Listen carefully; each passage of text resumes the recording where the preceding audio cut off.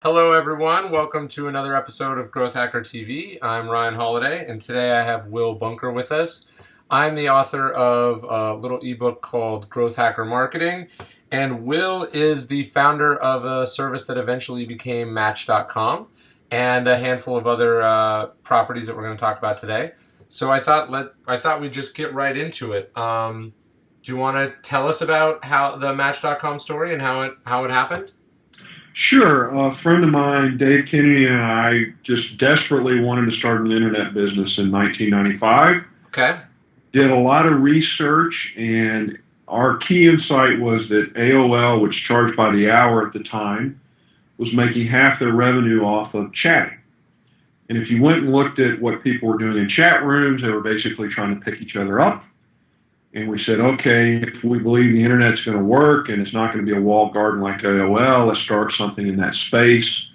Plus, we read a report from the newspaper industry that said basically, if you had a newspaper and you didn't do personals, like you were an idiot. They made that much money. And we said, okay, well, they laid out the basic business plan. And then we had a massive amount of capital, $2,000, and we put up a website.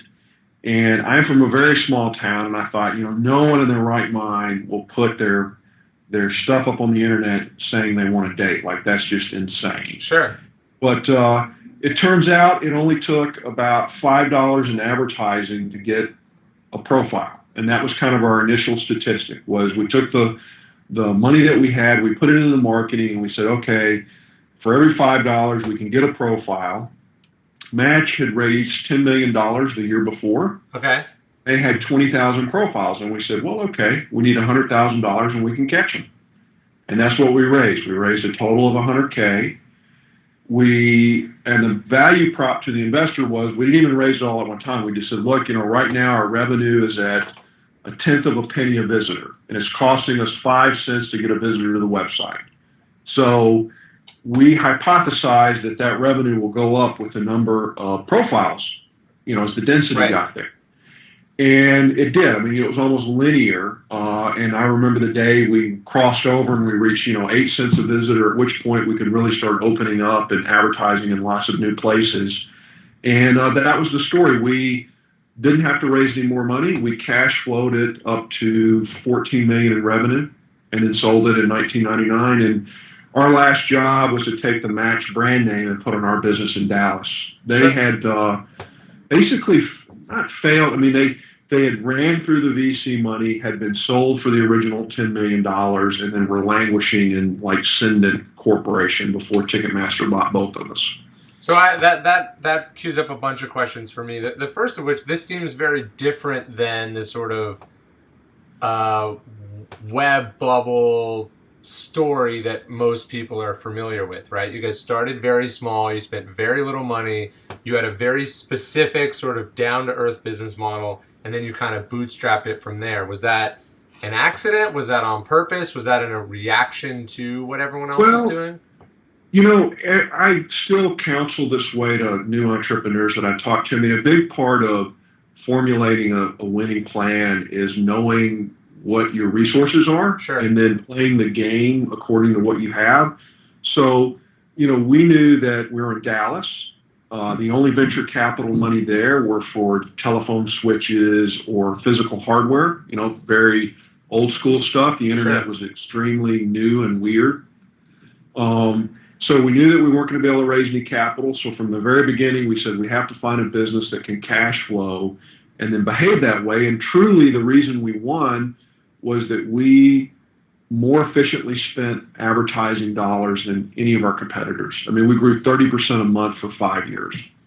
So tell me about that spending efficiently, because not only is that just difficult in general, but I think it's even more difficult when you're competing with people who have $10 million or $50 million, and they can buy television advertisements, they can buy radio, they can sponsor parties.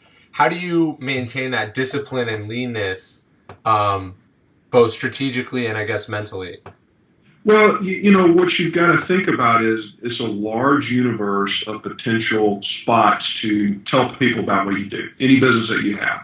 And so to think that, all the competitors are going to have found every efficient pocket to put money into is just crazy. I mean, even if they're doing television, maybe you do radio, or maybe you don't do radio, maybe you do internet advertising, or, so what our job really was we would take very small bets, $500 at a time. We would try out new channels. And so the thing we couldn't do that some of our competitors did, and certainly most of the businesses at the day, was they would raise the VC round to get the homepage of Yahoo to go. Okay. Right? I mean, that was the path. Like, if we could just raise enough money to get on the homepage of Yahoo, then we could go public. And so, but we ran the numbers on it, and basically, when we could finally afford to do it, it was a bet the company type strategy, and we just never felt comfortable doing that. I mean, we were more comfortable going $500, does it work, then double down. Right. And so we built it. Now it's all very trivial, but at the time we had to build our own tracking system so that we tracked every nickel that got spent all the way to the lifetime value of the customer.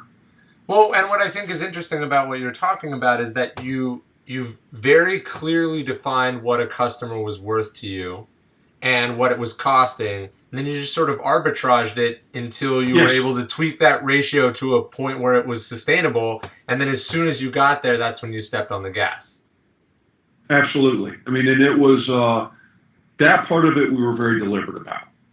Because there was no other option. There was no viral loops. There were no, right. If you look at it now, there are exceptions, when the growth is frictionless, then you can avoid worrying about a business model. And sometimes that's very appropriate. Right. I mean, if you've got frictionless growth, capturing as many users as possible makes total sense. So tell us about growing a dating site then. What's unique about a service like that? And then what maybe would you say is common that are lessons that people could take from growing a service where obviously you want to bring as many people in as possible, but you want to bring high quality people. You want them to build connections. I imagine there's some stuff there that maybe isn't obvious to people who haven't done it. Well, like for instance, we had to have someone read every profile.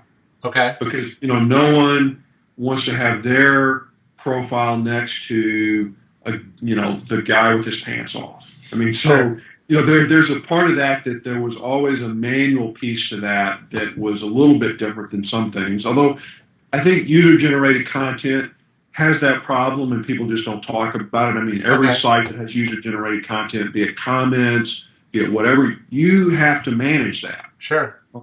If you let the users put up whatever they want, it kind of descends into the lowest common denominator. Totally. And then, in terms of it being the same, it's just, once you've got the value prop, I kind of divided the business up into two pieces.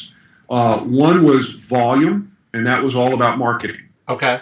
And then the second is the product, which is the yield and the lifetime value of each customer that saw the product. So as we grew bigger, we got much more granular in that, let's say we had the profile, put in your profile page. Well, I had a person whose sole job it was to improve that page. And, at that volume, you could say, and if you make it this much better, I'll give you $20,000 a year because it's worth $2 million to me. Right.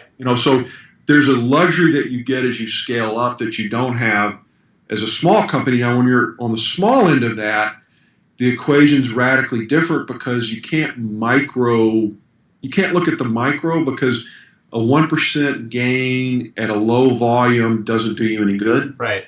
You've got to make major value prop changes. Sure. Are there any lessons that maybe you learned that you wish you'd known as you were scaling this business? Because it sounds like it took off pretty quickly.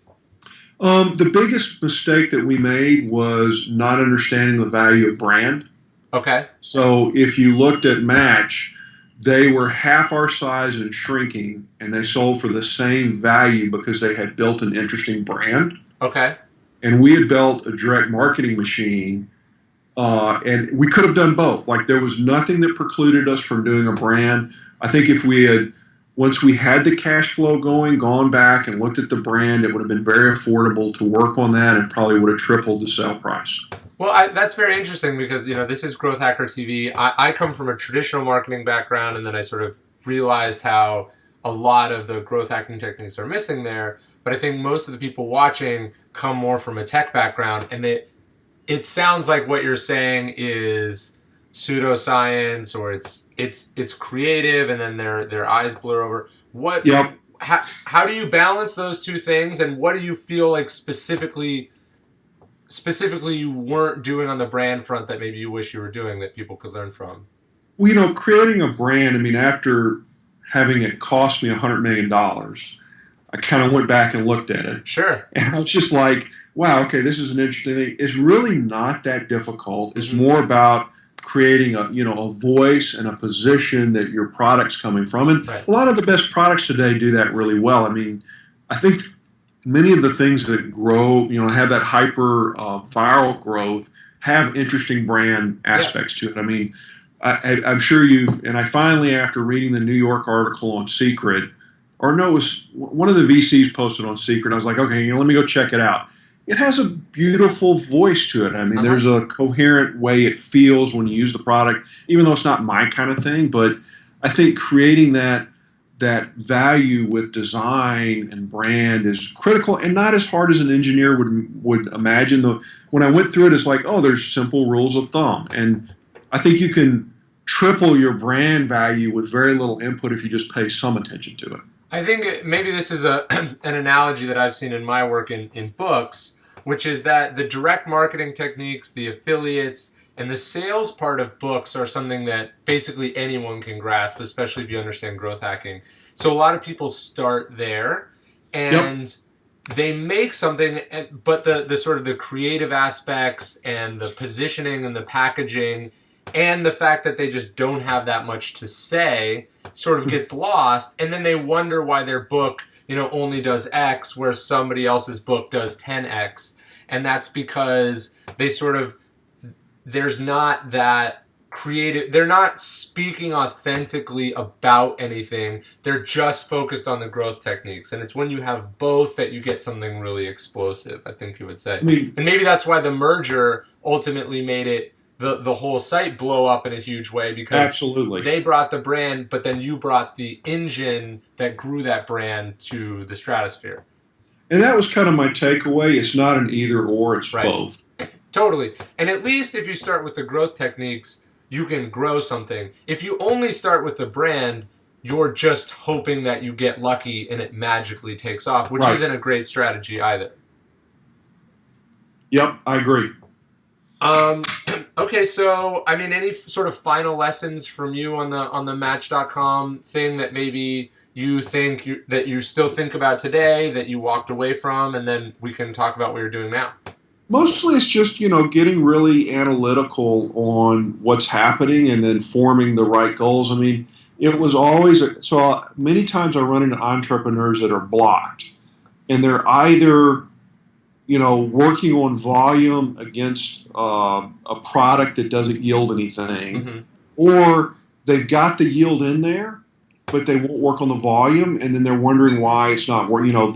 They're making $300 a customer, they can get a customer for $100, and they want to make the product yield $320. Right. And it's just like, no, you don't need more engineers, you need better marketing, or you need a marketing plan or something. So it's really learning where to focus your attention on the right part of the business. So do you think in that case people are just sort of getting paralyzed by the numbers, and they're thinking about making it's sort of a myopic view? It's like, oh, I can improve this, when this other lower hanging fruit is sort of staring them right in the face and they're not grabbing it? I think people want to work on the part of the problem that's comfortable to them. Sure. Or the part that they're embarrassed about. Okay. And when you're growing a business, literally we would sit down every Monday and we would say, what can we do that will make more money by Friday? And we would prioritize. We'd make a list of, every project we could work on, what the yield was, how much labor we thought it would take of our effort. And then we stack ranked it and just did the stuff at the top of the list. Yeah, I think in all facets of life, people forget the sort of the law of diminishing returns. Do you want to go in your analogy, do you want to go from 300 to 320, or do you just accept that 3-to-1 ROI as more or less what you're going to get, and step on the gas and then think about other avenues that you can raise different metrics. Right, because if you do enough volume, then you'll have the money to get the engineer to make the improvement. Right. Yeah, totally. Okay. I guess my last question on Match.com then is, what do you see now when you look at this massive thing that you created that's based on a lot of the work that you did, and now is sort of, it looks like primarily most of their growth comes from television commercials and things like that. What do you sort of think about where it is now? What does it feel like to have been part of this huge thing? And I mean, you really changed the way that people date, which I think is very interesting. It's cool to have done something that people recognize, because, I mean, there's certainly entrepreneurs that have made more money and they did something no one's heard of. Right. And so you get less juice on that, emotional juice on that. And, I look at so many startups today that I'm helping with, and, it's still out there. I mean, like, I don't think that the dating sites of today certainly don't solve 100% of the problems, and people are working on other cool things. I mean, I feel like we're all part of this wave that probably has another 50 years or more to go. Yeah, it must be it must be interesting to see, over a decade later, your thing is still there, people are still using it. Meanwhile, these other things that have come and went, maybe they sold for more money, but they're not going to be here. You built something that lasts. I think that's very interesting. Well, it mainly has to do with it's a fundamental human need. Sure. None of us invented the fact that people want to date. Right. But, so it's just being part of something that fundamental makes a big difference. Totally. Okay. Give me a second here. Someone put a dog in this room that seems to be whining. I'm going to let the dog out. All right. Okay. Where are you? I'm at Tradecraft's offices today. Oh, okay. Well, that leads me to my next question. So you founded something called Tradecraft. What is it? And tell us about why that was the project you decided to work on. So it's interesting. And there's two things that I'm doing right now. One of them's a micro fund and one of them's Tradecraft. And they both actually work together. So Tradecraft is coming from the realization that, with a few exceptions, most companies don't fail because of technology. Okay. Most companies fail because they either didn't solve the product in a way that people cared about, or they couldn't find enough people that their solution was a good fit for. And so we're trying to create a boot camp, or we've actually created a boot camp because we were fixing to graduate our first cohort, that addresses the non-technical side of the equation. So we've got 3 tracks: sales and BD, growth hacking / digital marketing, and design. Okay. And we feel like all 3 of those really work in concert to rapidly grow businesses. And so we bring in students, we have some curriculum, but then the majority of the emphasis is on working in actual projects to help real companies grow. So I wonder if this ties back to what we were just talking about, which is, addressing the technology, fixing the product. These are the things that are maybe, they're hard things to do, but they're the easiest or most comfortable thing for people to focus on. And you're sort of saying like, hey, there's all these other skills that are more difficult to quantify, but they're ultimately what makes or breaks, a small company versus a big company.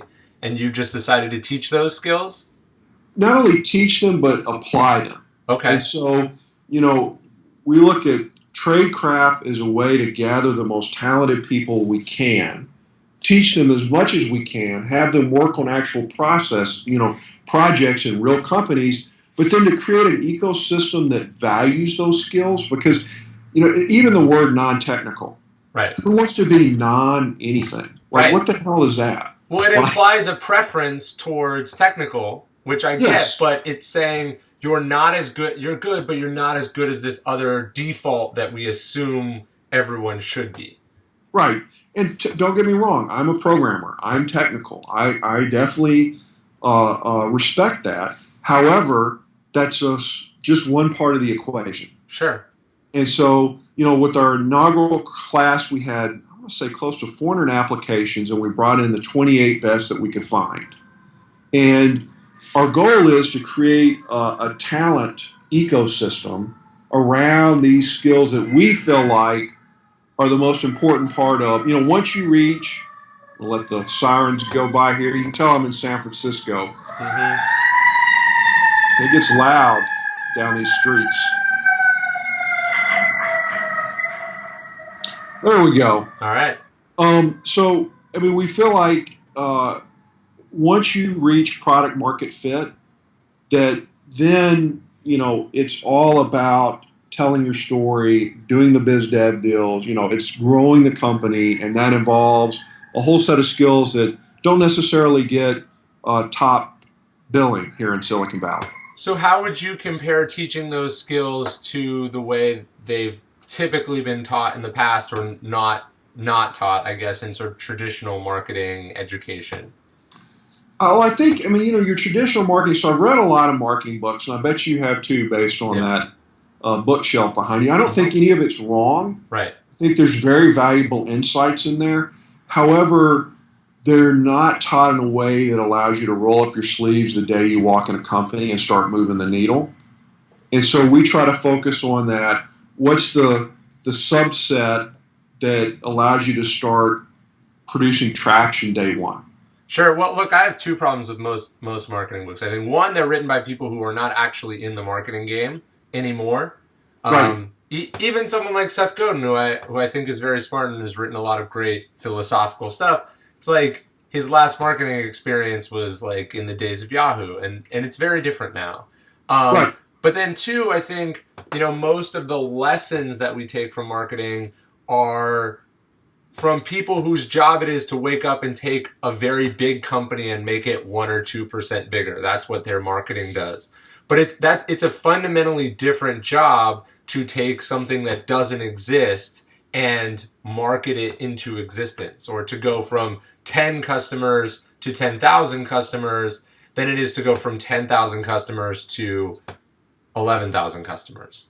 I agree, and there's different skills along the way at each segment. And I think a lot of the confusion, and even when you see people debating each other in the blogosphere, right, it's almost like they're talking past each other because they're talking about different segments of the life cycle, and they're radically different. Right, like you're talking about earlier about Match.com. It's like you built this thing, now you want to talk about how to add some of the branding and stuff. And it makes sense that you might take some of those lessons from Fortune 500 companies. But you wouldn't learn about how to build a growth engine from them because, they might have built their growth engine 50 years ago, and it was a totally different economic environment and customer interaction when that all happened.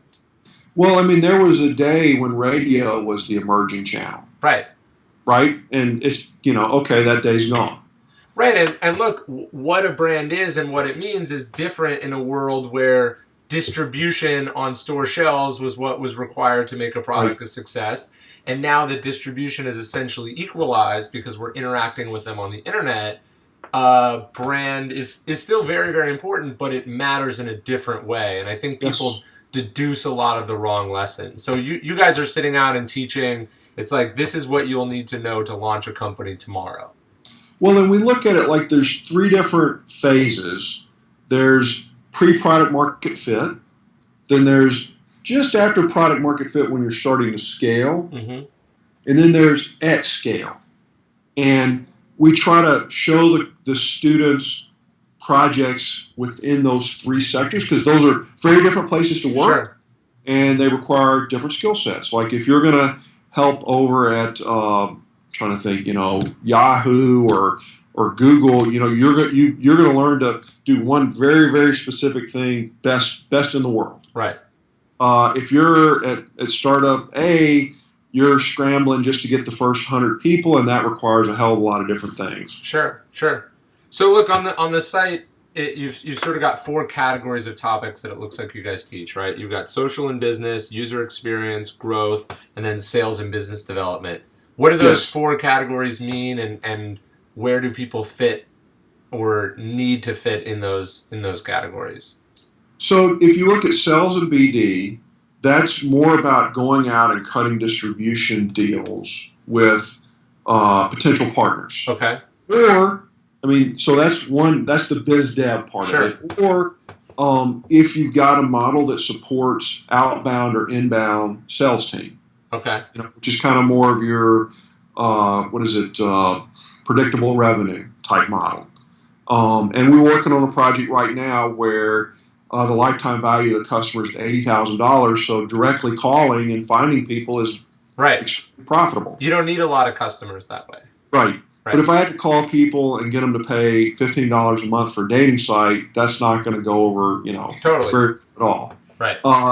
And so, that track is about teaching those two skill sets so that, we have one company that they're helping with. They're doing biz dev to get distribution for telemedicine. And so it's all about, finding insurance companies or pay, different distribution models and then working a deal with them. Okay. Then you switch over to growth hacking / digital marketing. And that's all about, using online paid or unpaid acquisition. So, and really depends on the student. So we're keeping the school small. I mean, in order to get people actively involved on projects, it's more of a mentorship, apprenticeship type thing, because you can't do that with 100 people. You don't know them well enough to direct them. So some of it's up to the individual student, as in like, this is what I'd like to do with my life. Like, I really like data. I want to do analysis, or gosh, this content marketing thing, social media marketing thing really interests me. How do I get good at that? Right. And so we've kind of got those two broad areas. And then, there's the underlying teaching the analytical mindset, the scientific method, which, you would think after 400 years everyone would get naturally, but they don't. Right, of course. So, there's that core skill set that, everyone needs to know regardless. And then on UX, they're going through the whole, interview the customer, work through the problem sets, do the personas. I mean, and, gosh, that stuff's valuable, Sure. Especially when you're trying to get product market fit or make these incremental improvements. Right. And then so social and business is... It'd be more of the content marketing. Got it. Oh, okay, content marketing. Yeah, that's very interesting. So if that's what you're teaching, I guess I have two questions. One, which is, what do you find most people are gravitating towards? And then what do you find with your students and prospective students? What's the one skill that you find yourself needing to teach and reteach the most often because it's either not natural, it's something people aren't getting elsewhere? Like, what's that most important skill? So I have focused most on the growth hacking track. Okay. So I can, because that's really my background more than, I've done some sales in BD, but, we've got a great guy, Sean Shepard, that does that. A lot of it's just teaching the analytical framework of, going through the process of breaking something down into its components and then asking yourself, which of those, numbers do I have to change to make an impact? Right. And just getting really good at asking those questions, because it's knowing which lever to pull that'll have the biggest impact with, given your resources and given the, the way the business works that you're trying to help. And so just getting people to get comfortable doing that over and over and over and over is probably the biggest thing. That makes sense. When you had your sort of ideal graduate in mind, or the ideal company that you want to place them in, is there a model that springs to mind? Are you like I'm trying to make them into this, or I'm trying to place them here? Is there something that you're looking at as you're making this up as you go along? Not really. So it's really about, one of the first things we do is we have them be thoughtful and write down and convey to us, what do they want their career to look like in 5 years and 10 years? And then you work backwards, because, and this gets down to the school staying small and the class size staying small, is I don't think it's a one size fits all. If you look at all the things you could do to grow companies, that's such a large basket of things, and each individual has a propensity to either be, some of them are more social than others of them. Some of them really are super analytical. And so what we do is we try to say, okay, what's the foundation that everybody's got to know? Like, if you can't do analytics, then you probably shouldn't call yourself a growth hacker. Sure. You know, Right. that regardless of what your method of acquiring customers is. Right. But then the rest of it comes down to what they want to do with their life, and some of them are interested in certain segments. So, like we had a group of them that were really hot to trot on wearable fitness as a category. And so, one of their projects, I'm really proud of them. They launched the first meetup for wearables, and they had the CTO of Fitbit spoke at it last night, and they had like sold 200 tickets, and so they're really focused on that category. And then others of them are really focused on, I want to do this for a living, and so therefore it's like tracking them through that information individually. Something that occurred to me when you let me know you're in San Francisco. So Tradecraft is based there, right? Yes. But you built Match.com, or the company that became Match.com in Dallas. Where are you based now? Are you in? I made the decision 7 years ago. It's funny. I had a really, and it's not a big deal medically, but like I had gallstone bladder, and it was impacted and all that stuff. And I realized I was back in the South, and I thought, I'm living past my expiration date. Like if I'd been born 200 years ago, this is what would have killed me. Right. And I thought, I love technology. I'm going to start doing what I say I want to do. And I moved out here 7 years ago. And my only regret is I didn't do it as soon as I sold my company. Wow. Because I was going to ask, as we're seeing this sort of model be exported from San Francisco all over the country, how do you feel that that's affecting marketing and people who are building brands? Because it almost sounds like being based in Dallas was an advantage for you the first time, because you weren't doing it the way that everyone else was doing. You were able to sort of do it your own way. I wondered what you thought about that. Well, I've invested in companies all over the planet, including Little Rock and London. And so I think there are great people and great ideas anywhere you find a cluster of people. Sure. And certainly the world is becoming flatter in terms of being able to information and ideas going forth. There is some magic around being around this many talented people. And I think if you're out of the valley, you just pick things that aren't interesting here, or, go left when everyone's going right. I mean, so some of the ideas, like the company in Little Rock that we put some money in, is it's like fab for Southern living. Okay. Well, no one in San Francisco is going to do that idea. Sure. And so my job is I'll funnel out as much marketing information or things I see working here out to them so that they can jump on the trends. No, that makes a lot of sense. Another question for me would be, what's the name mean to you? What does Tradecraft mean? What were you thinking when you picked it? And is that part of the branding lessons that you learned in the first round? So I've got two co-founders, Misha and Russell. And Russell is actually really good at thinking through, the strategy and positioning. And it was to try to give, we would like to change how this group of people is branded in the marketplace. And so, ultimately we would like everyone to think of them as the traction team, versus the non-technical team. Right. And so Tradecraft is part of that, making it look, making people realize that this is a craft.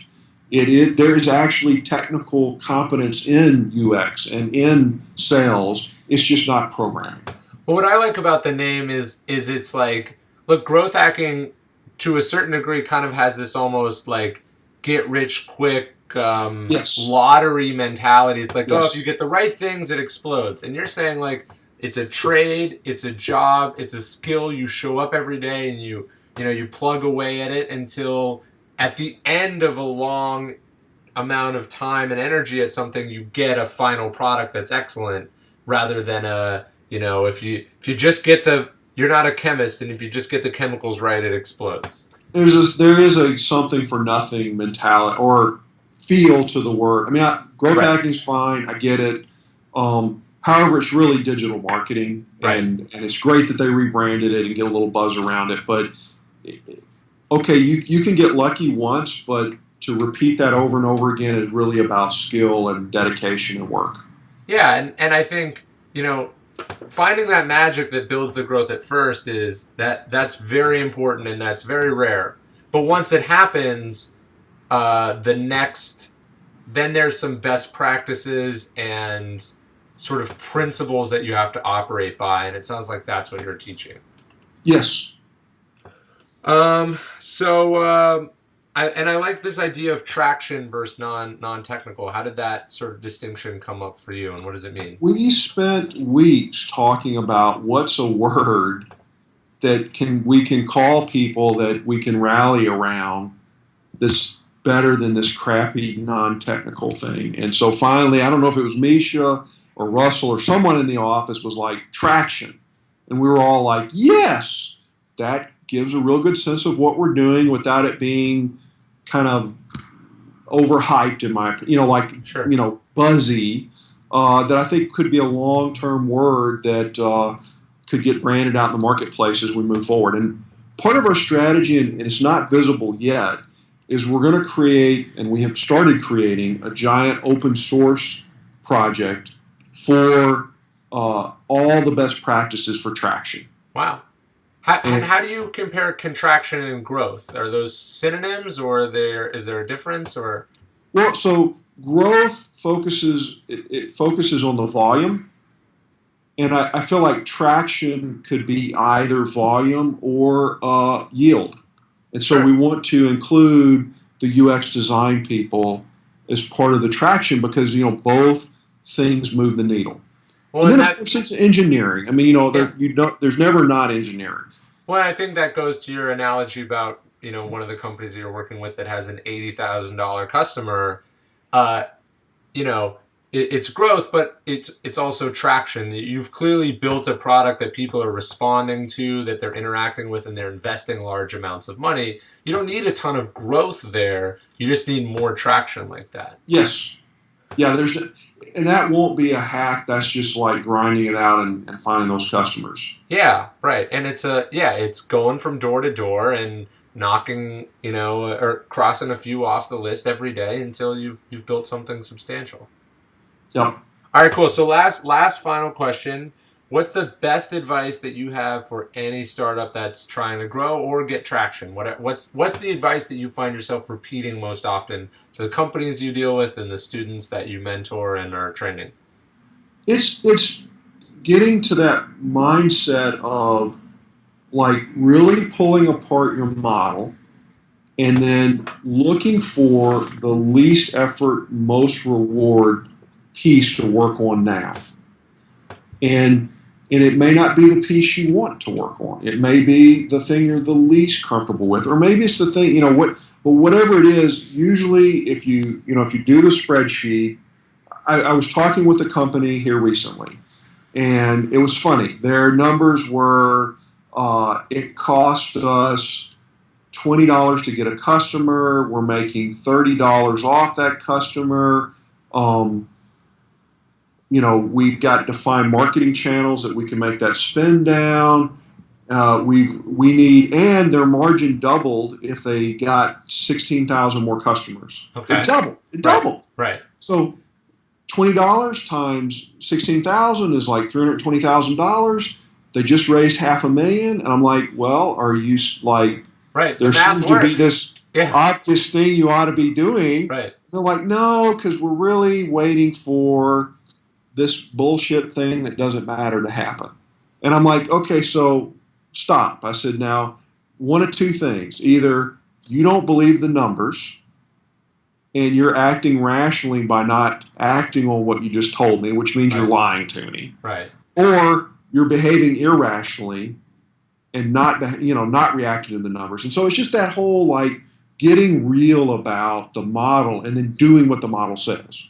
Yeah, I mean, if I was translating that, it sounds like three things are important, and one is sort of pragmatism. The other is sort of fear, like maybe they're being held back by fear a little bit, and that might be why they don't. Spending $320,000 means you're taking a pretty big bet on your analysis, and people might be afraid to do that. And then finally, it's judging return on investment objectively and saying like, where can we get the most bang for our buck? And once you isolate it, you got to make the decision. You got to move forward. Well, and even like on the fear aspect, it takes them 4 days for a customer to buy something. Well, the most you're out is 4 days of advertising. Right. It's not like you spent the whole $320,000 Right. and went, holy shit, I'm wrong, you know? Yeah, right. So even then, like your real exposure is so small that, but it's getting, like, time and time again when I talk to people, it's getting them through that and going, well, like, if what you said is true, then why aren't you focused on this one number which would make you reach the next level? No, I think that's excellent and very honest advice. So I appreciate it. Well, yeah, go ahead. Thanks, man. I mean, is there anything else you want to cover? No, I think that's it. So everyone, this is Will Bunker, founder of Match.com and now Tradecraft. You can check his stuff out. Are there links people should go to or things they should check out? I'm sure it'll be at the bottom of the screen, but Tradecraft.com, and then that has the whole story there. And then, so if they're looking to raise money at some point, Silicon Valley Growth is the fund that Tradecraft has put together as well. And can they follow you on Twitter or AngelList or anything like that? Yes, they can. W Bunker on Twitter, and I think Will Bunker on AngelList. Excellent. I'm on there. All right. Well, everyone check him out, and hope to talk to you all soon. Thank you very much. Thank you.